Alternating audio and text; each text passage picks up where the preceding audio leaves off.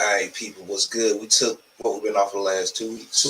2 weeks off the last live, but we brought you guys a podcast.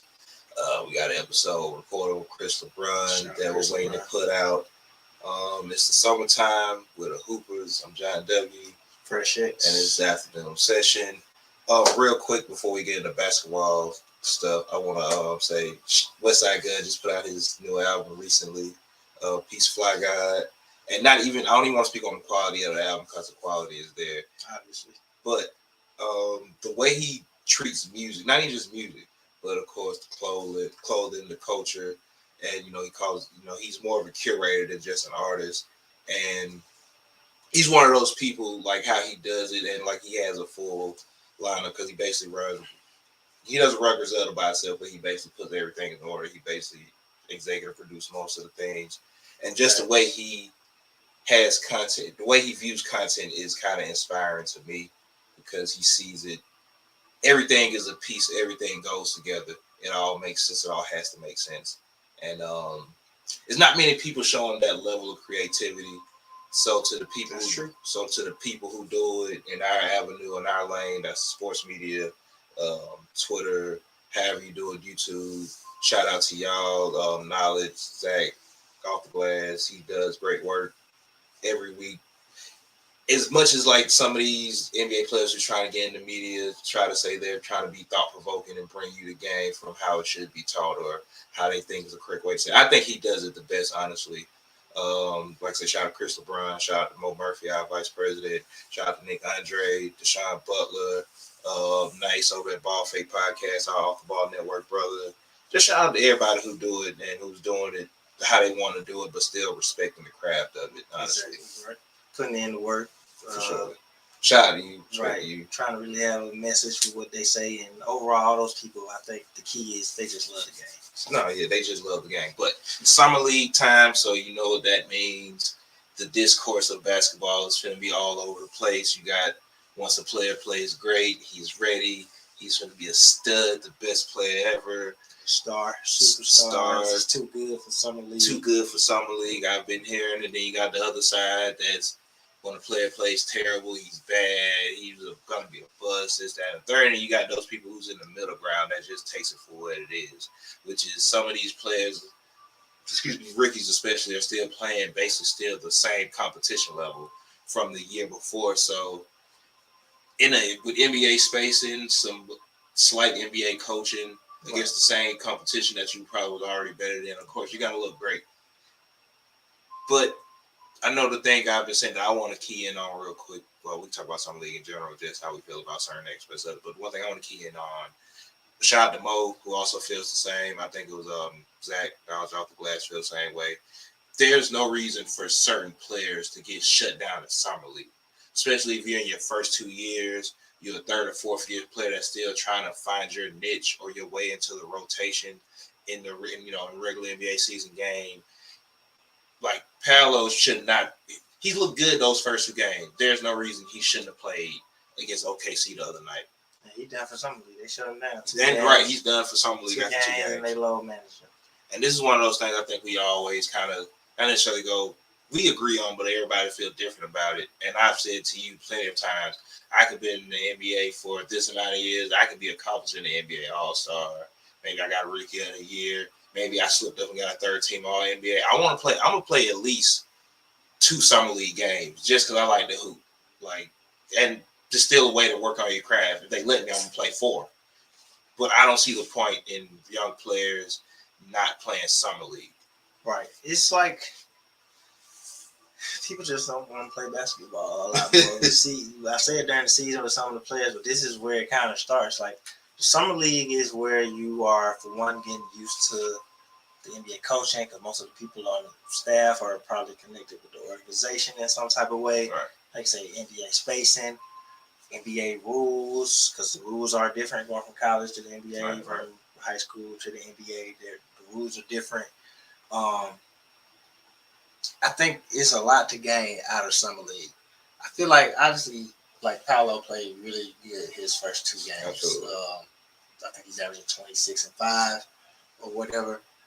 But unless he had like an injury or something, that maybe pull him out. I don't see the point of Orlando. Right. Like, all right, we're not gonna play him no more. There's nobody. They said they're sitting him to see other people on the team, but there's nobody on their summer league team that's that they worry about other than RJ Hampton. Honestly, like they're not about to sign none of those players. You know how this goes. So I think summer league is valuable. I've been seeing a lot of people with this. They're too good for summer league. Nobody that's there is too good. Only person that's there that you could say could have made a case that he chose to be there is Giddy. Giddy. And I still think Giddy has some Was things. he first team all NBA? I mean, already. I don't think so.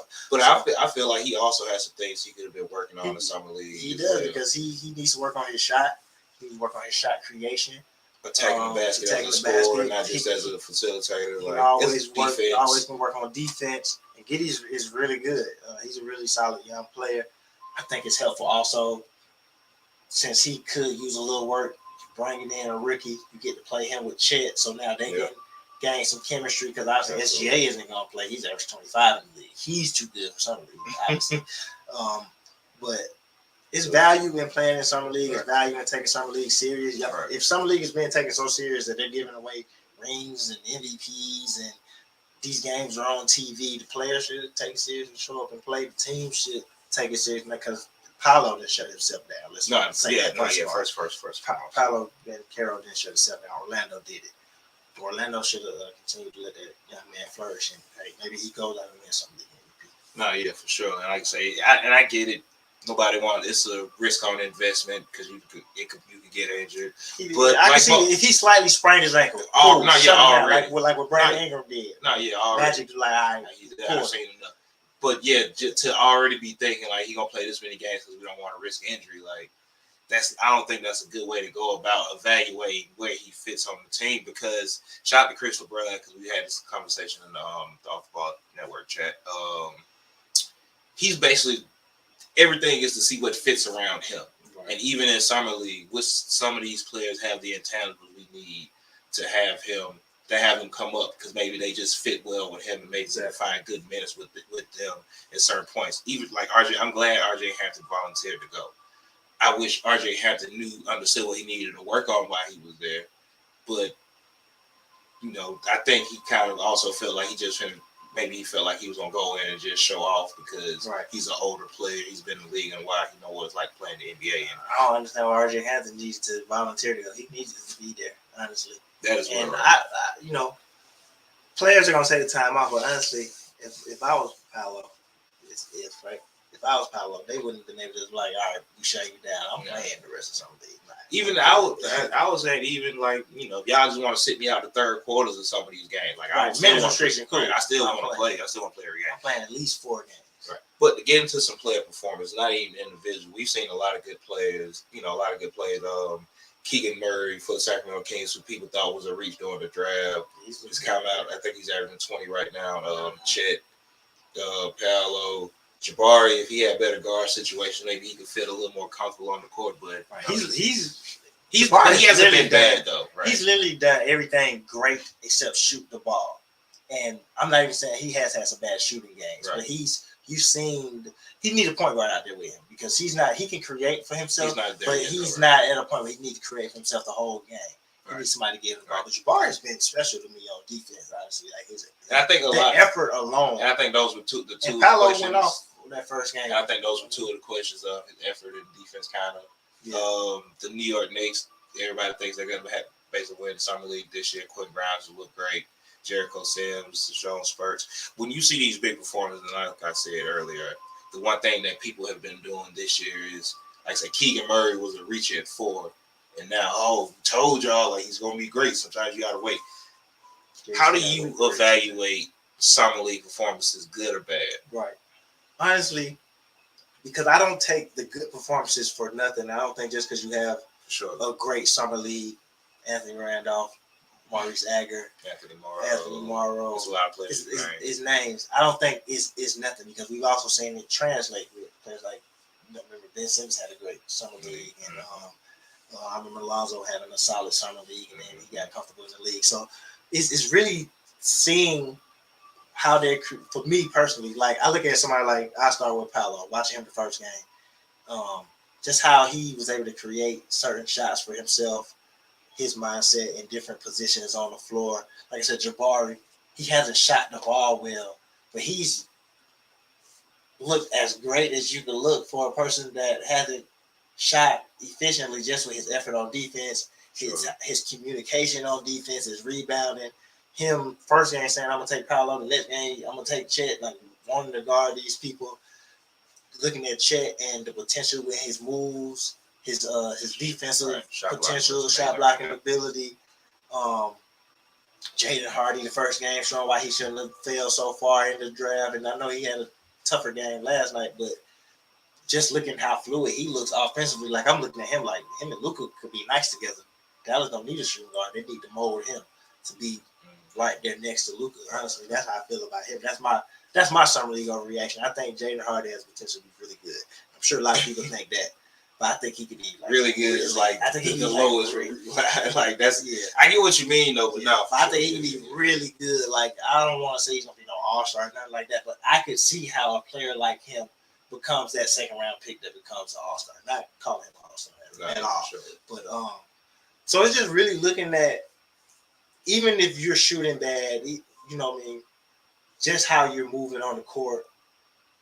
If you're staying up, if you're playing well. Do you get too down? You know what I mean? If you're playing bad and stuff like that. Interaction with teammates, interaction with coaches. And then overall, like I said, just looking at the moves and certain, you could tell certain moves and like I could see him doing that during the regular season.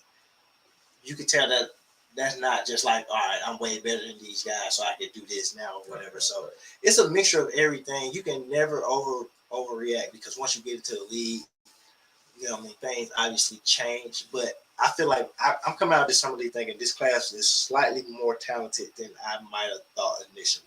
Like I feel like it's gonna be some solid players because even the guy in Indiana, Ben, but they're in Arizona, he looks like he was when I was going out like is he as good as people? Like he looks really good. Because my thing is I hope he at some point his skills catch up to his athleticism and more so than an Aaron Gordon who I think coming out of Arizona as well. That's kind of my comparison to him right now because Aaron Gordon had all the athleticism, and we would wait for his skill to catch up to where it's slightly kind of caught up because you see it on defense a little more. Exactly. He doesn't really have to create for himself as much with Jokic, but I think I'm thinking he can kind of be the same way, and maybe his skills develop quicker and at a faster pace and at a higher rate. But there's some talent in some league. It's been some impressive games to watch. So I definitely can see some of these players though making an impact on their teams in the regular season. But then I also look at players like I don't want to throw nobody under the bus, but it's some players that played heavy minutes last year, or not even heavy minutes, but they was on a team for a full year, not even as a two-way player. But there's some players that's been playing on the summer league that was on the team, and to me they've just like struggled in summer league, whether it's trying to force it. It's mainly just trying to force it. I played this many games in the league, so I'm superior to these. That's how it feels with. It's about 3 of them that's out there like that, but I don't want to bash nobody, so I keep it to myself. But I look at that too. It's like, are you the superior player? And those players usually come out there ready to play, not thinking that they're too good to be there. They just show you that they're that good. But the ones that think it, you can see it on the court by how they forcing it. Nah, for sure. At least that's how I feel about it. Nah, for sure. All right, for the nerds out there. You said RJ Hampton. He was one. RJ Hampton does not look good to me in some league. All right, so I want to get to the nerds out there real quick because, of course, Adam Silver has been making his rounds. Before we do that, I want to start by saying shout out to the NBA players, and the NBA owners and Adam Silver. I don't know if you saw the news, but it's been like this battle for a couple of years to. So when the NBA and the ABA merged, when the NBA and the ABA merged, it was supposed to be a certain pension that certain people got. Some people got it, some people didn't. A lot of players got X'd out, and they came to agreement to give the ABA players that played at least 3 years in the ABA or NBA combined. Like you can play 1 in the ABA or 2 in the NBA or 2 in the ABA and one in the NBA. As long as you played at least 3 years, they gave you get a yearly pension. So it's one guy, sorry, I can't remember his name, but he played 13 years, I believe. So like his yearly pension is like $35,000 that he gonna get. I think it was like $24 million in all that they give to the NBA. So shout out to the NBA for doing that. I know people have been saying that they should have been did it, but truth be told, they didn't have to do it. They feel their obligations to the ABA. honestly, when it was done, they paid the players that they were supposed to pay. But the players, would shout out to the players in the NBA because it's younger players running the Player Association now. CJ McCullough, Kyrie, Jaylen Brown, making sure that those people got taken care of because the ABA, a lot of those players were great NBA players. They took on 4 of those teams. Um, and the NBA took stuff from the game with the 3-point line, the dunk contest, just overall flair that was in the game, letting players enter early. So that's the reason why some people started going to the ABA because I can't go to the NBA, so I'm going to go to the ABA. Right. So salute to them for doing that. I think that's a major thing. I love ABA basketball. Played in the new edition of the ABA. If you're a real hooper, you know about that nowadays. So I played in the ABA, and it's really connected to the old ABA, honestly. So shout out to the ABA and the NBA for making that happen. No, yeah, for sure. But like I say, Adam Sandler, because he's a goofball. Right. Now, Adam Silver has been making his rounds in his press conferences because it's summer talk, so summer meetings coming up, and he's governor's meeting, owners meetings, whatever. But he said some things that I've liked. He said some things that I'm still thinking about, questioning how it's going to play out. Of course, the one big thing I know everybody's going to be either love or hate. The play-in wild card tournament is here to stay. It's official. It's official. I think they should still do some tweaking to it to help it out a bit, but it's here. Take foul is gone. Well, it's not gone, but it's going to be penalized as it should have been already with one free throw in the ball. They're going to call the take foul the intentional foul. A rule that was already there, but they had to be reminded that it's a rule. No, yeah, for sure.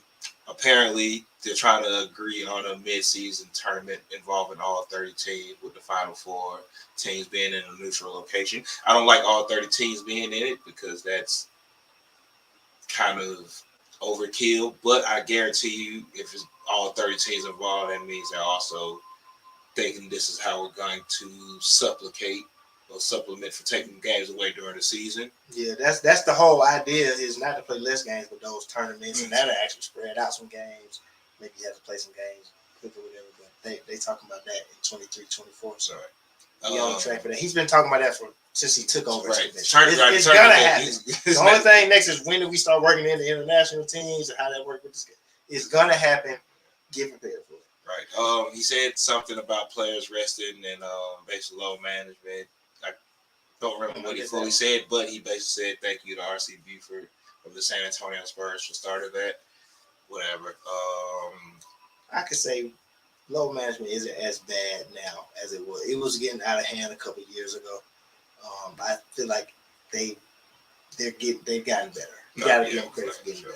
One thing they haven't gotten better at is giving them flop fines. Right. He should have brought that up, but he didn't. He mentioned something. Of course, we've all been paying attention to. I'm not gonna get into the gossipy part of it or what the streets want to hear about it, but of course, KD and Kyrie have asked for trades, and he basically said he wants to fix it to where players can't sign new long-term deals and then ask for a trade because you become unhappy in the situation. And we all know, of course, he started that dialogue with Ben Simmons last year. Ben, because we saw Ben sit out the whole year until he got traded. Right, and he still didn't play. And of course, as more stuff come out and as the days of the weeks go by, a lot of this information is going to get talked about in pieces over the weeks, and it's going to be outrage about some things, and some things people are going to let slide and be okay with. The one thing I'm questioning, not necessarily questioning because it's going to happen like you said regardless, but the two things I'm questioning is how is he going to handle a player, demanding or asking for a trade early on into a brand new contract, and the tournament. Because, like I say, with the tournament, that's been one of the things he's been pushing since he's been the commissioner of the NBA. And somehow it's going to work. Like I say, once he get all the things out there, because, like I say, having all 30 teams in it, that's the part that kind of threw me off for a loop. Because, would they really agree to that? But, like I said, if he's involving all 30 teams, that means he's probably taking out 20 to 25 games. That's where they're starting at. I know, like I said, you know that he's been talking about this, but how do you actually feel about them adding an in-season tournament? Not whether you'll be against it or for it, but do you think it would accomplish what Adam Silver is trying to accomplish? Yeah, because for one, obviously soccer is the most, for football, it's the most popular sport in the world. It's the easiest sport to play Besides basketball, not as easy to play, but you can get the ball, start kicking, play with your friends. Just like with basketball, you get the basketball, just go shoot, which makes it so popular. So he's always spoken to how they have these different, mid-season tournaments um, that crown different champions. That doesn't take away from their major play. I don't know because I don't watch soccer. So, but that's what he's always spoken of. The 30 teams thing is kind of weird to me. Not weird, but that's not what I was expecting. I was expecting maybe he would sprinkle in maybe like regional tournaments or whatever. So then maybe you got the Southeastern Conference, which is like the Hawks, Orlando, Miami, Charlotte, and they play in a tournament and et cetera, stuff like that. So you kind of break it up, and then it's like you don't see teams as often or whatever, or however that works. I know like sponsorships is going to be heavily involved. This has everything to do with the new TV deal, which they're trying to get it up to where they're getting 20 million annually. Is it million or billions? They're trying to whatever annually or whatever. They're trying to get it way up there, which is why the player salaries keep going up and stuff like that. And I'm pretty sure it's billion, but I think it works. People are going to push back on it because it's not what we're used to, but it also gives you something intriguing to watch since you have these people that don't find the regular season important. The only thing that's yet to that I don't really know how it's going to play is how it plays out in the schedule because, like I said, he doesn't want to take away games. He still wants to keep it around the 82 games, but I feel like if you start playing the tournaments, then it won't be a set 82 game season. I don't know if they're going to take away 20 games, but I wouldn't be surprised to see it goes to a set 72 game season. 66 game season, those numbers always toss around. And then you got the tournament to supplement other, the other games. Right. Because obviously, if it's a tournament, teams are going to lose. So you're going to be looking at a situation where you're not playing the same amount of games, which, this you got playoff seed and just overall wear and tear. Like that would be a more unfair wear and tear to me than any other thing because if I'm advancing in these regular season tournaments and you're not. So now I've played, by the time the playoffs come, I played 80 games and you played 71 because you ain't been winning. That's a little different factor opposed to, they got wear and tear. Well, we all play 82 games. So, so that's a different conversation. But overall, I think it works. I think it's cool to do different stuff, especially when it's not. Because this isn't gimmicky to me. Like a 4-point line is gimmicky to me because that's what they said about the 3-point line. Like realistically, there's not much you can do to help the casual fan or just people in general care about a long 82 game season because you can only change the format so much to where you feel it's not drawn out. And I honestly just feel like this is the way, which he's also wanted to do since the name got changed to the World Cup and how they've been connected with FIBA. They're clearly trying to merge playing international teams. And that's because that's also a thing he's always wanted to. So if you got this set, add an international team to the NBA. You got this set open invitational that's in January. Why this team in Spain already know us, so they can already fly over here, be arranged, opposed to it's just a night type of game. Right. But the tournament opens up, and that's intriguing to me. That's something I would love to see is you play a little tournament because the preseason games are cool, but obviously you're not playing hard for real. So it'd be intriguing to see these teams in tournaments because they're going to beat teams overseas that can beat, especially bottom tier teams. And even on any given night, if you get hot, you can beat the Warriors. Because I think people are going to start to realize and people are going to get familiar with, especially those top tier teams. Right, like they have 3, 4, 5 players that probably just in the NBA 2 seasons ago. Or they could have, or you got like Nick Colaitis' team in Greece, and Nick Colaitis got drafted, and he wants to play overseas. He wants to play over there, right? So that's what makes it the most intriguing to me. The first few years it might be a little clunky because it's just gonna be the NBA teams. But I feel like by year 3, 4, they're gonna start inviting, especially the teams that they have good relationships with. CBA, Chinese Basketball League, the NBL, the Australian League. So the team, the leagues in South America and stuff like that.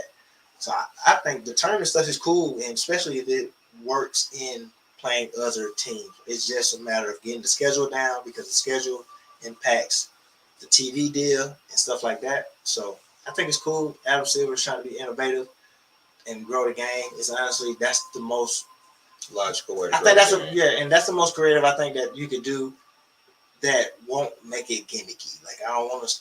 I feel Don't like want a that's the best way to 4-point do it. line. Don't add props. Yeah. Like none of that crazy stuff. Yeah, we got a halftime show already, so don't add anything like that inside the game. So no, I think that is the best you can do to actually invigorate the game. And like I said, the other thing was players asking for trades early on in the long contracts. And like I said, Ben Simmons, of course, last offseason, this offseason, Kevin Durant. And not to say these are the first two players to do it or these are going to be the last two players to do it. I think when you start getting into that talk, this is such a delicate situation because as Adam Silver, you don't want to give the owners or the governors too much power to where it's like, nah, you don't want to let them veto this because at the end of the day, if Kevin Durant wants to ask for a trade, he asks for a trade.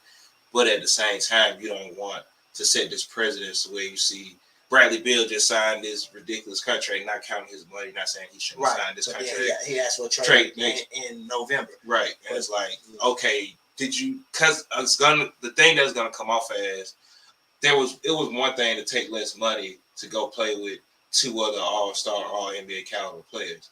It's a whole nother thing to know that you can accept this contract and force your way out because there's a contender that can actually that can pay the salary for you because they don't even have to pay the whole salary. Remember that's what people said Giannis was going to do, sign your extension and then ask for the trade, and you get all your money and you get traded, and you don't want that to happen.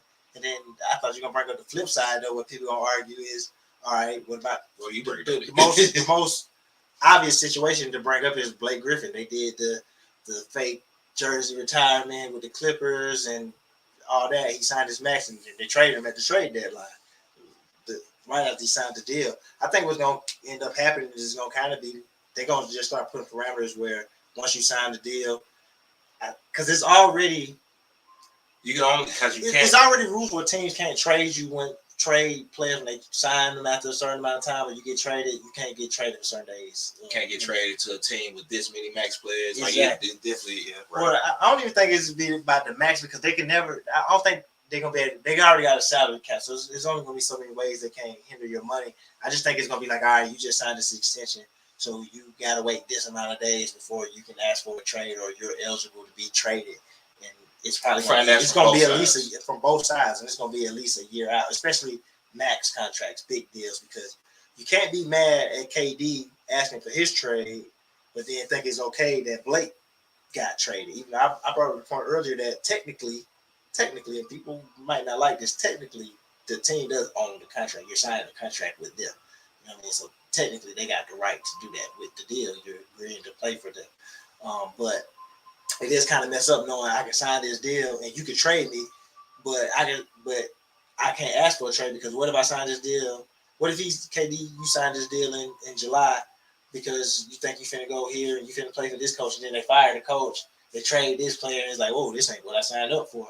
So now you can't ask for a trade and stuff like that. So that happens also. So I definitely think it's gonna be we're gonna get to a point where, you can't be mad at players for asking for trades because teams are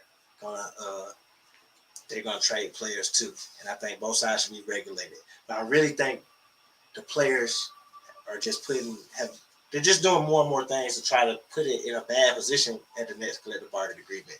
They're gonna try and put condition on games played to your pay, which they already do in certain situations, exactly. like with incentives. But it's gonna be, instead of being incentive, it's gonna automatically right. They're gonna try to, like, incentives are legit bonuses in the NBA, opposed to trying to make it like an actual part of your contract. Right. And it's not an incentive. Sure. And then they're gonna start trying to handicap what you could do with demanding trades. Because I think if you sign a deal and a lot of things differently happen within a couple months of that deal, you should be able to say, you know what, this ain't what we signed up for. But I also don't think it's fair that y'all can give Blake a fake jersey retirement and then you trade him at the trade deadline and he don't have a say-so about it. So like I said, because you got to be with your team a long time to get that no. I think it's like 6 years to get that no trade clause. I don't know. Zion got no trade. Not Zion. Bradley got no trade. Zion signed 5 years, no options. He signed the Blake Griffin. He signed the Blake Griffin. You think Bradley Beal would be eligible for no trade clause? He's been in Washington 8 years now. He has a true no trade clause. True no trade clause because he signed a totally new deal when he opted out. I I think the last person was Melo. He got his with New York because he opted out, signed a new deal. So it's tough. Right. But to combat all this, because like you say, you never know what could happen in any time frame. Your first year, your third year. I always go back to your original point.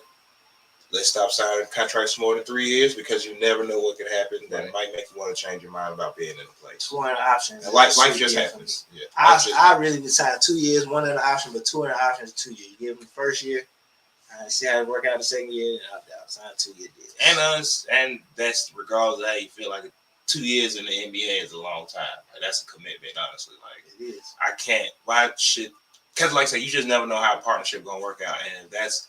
At some point, I feel like that's what Adam Silver is going to try to make it as. It's a partnership. And even that kind of, at the end of the day, I get why people sign the long deals. No, yeah, so even still, if they do start going to where the deal got to be shorter, you're still affecting other players because, dang, maybe he want that 4 year, 100, whatever. And that's not me saying they should take away long contract. This is just I won't be surprised if that's all right, you signed that 4 year deal. Okay, like so that's what the president gonna be like. Yeah. This player signed this, so why would I give you that? I feel you. Cause I remember back in the day they used to sign 7 year deals. Back in the day, Magic Johnson signed a 21 year deal. Exactly. They shorten the deals. You don't see those baseball type length deals. 10 years, basketball, stuff like that. So. Everybody need to be better, players and owners. All right, but other than that, like I said, Adam Silver's in this. It's gonna be a tough situation. While we're talking about big deals, shout out to Dame Dollar. I'm gonna call him Dame Dollar. Nigga, 2 years, $122 million. That's all I want to say about that. Shout out to Dame.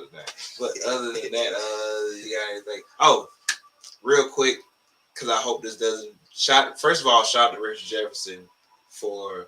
He was he's a. I'm not calling him a celebrity ref because he's in a celebrity ref, but he was a special guest ref. But he did go through. I was going to say, I think it being the name is what's throwing people off. Right. He actually took courses, right. And it's for transparency. That's why I'm not mad at it. I would say shout out to him for doing that. Yeah, because now I seen people was mad about him doing it, because he did the Knicks game. Look, man, he don't like the Knicks because he played for the Knicks. It's like that. That's simple. Got nothing to do with it, right?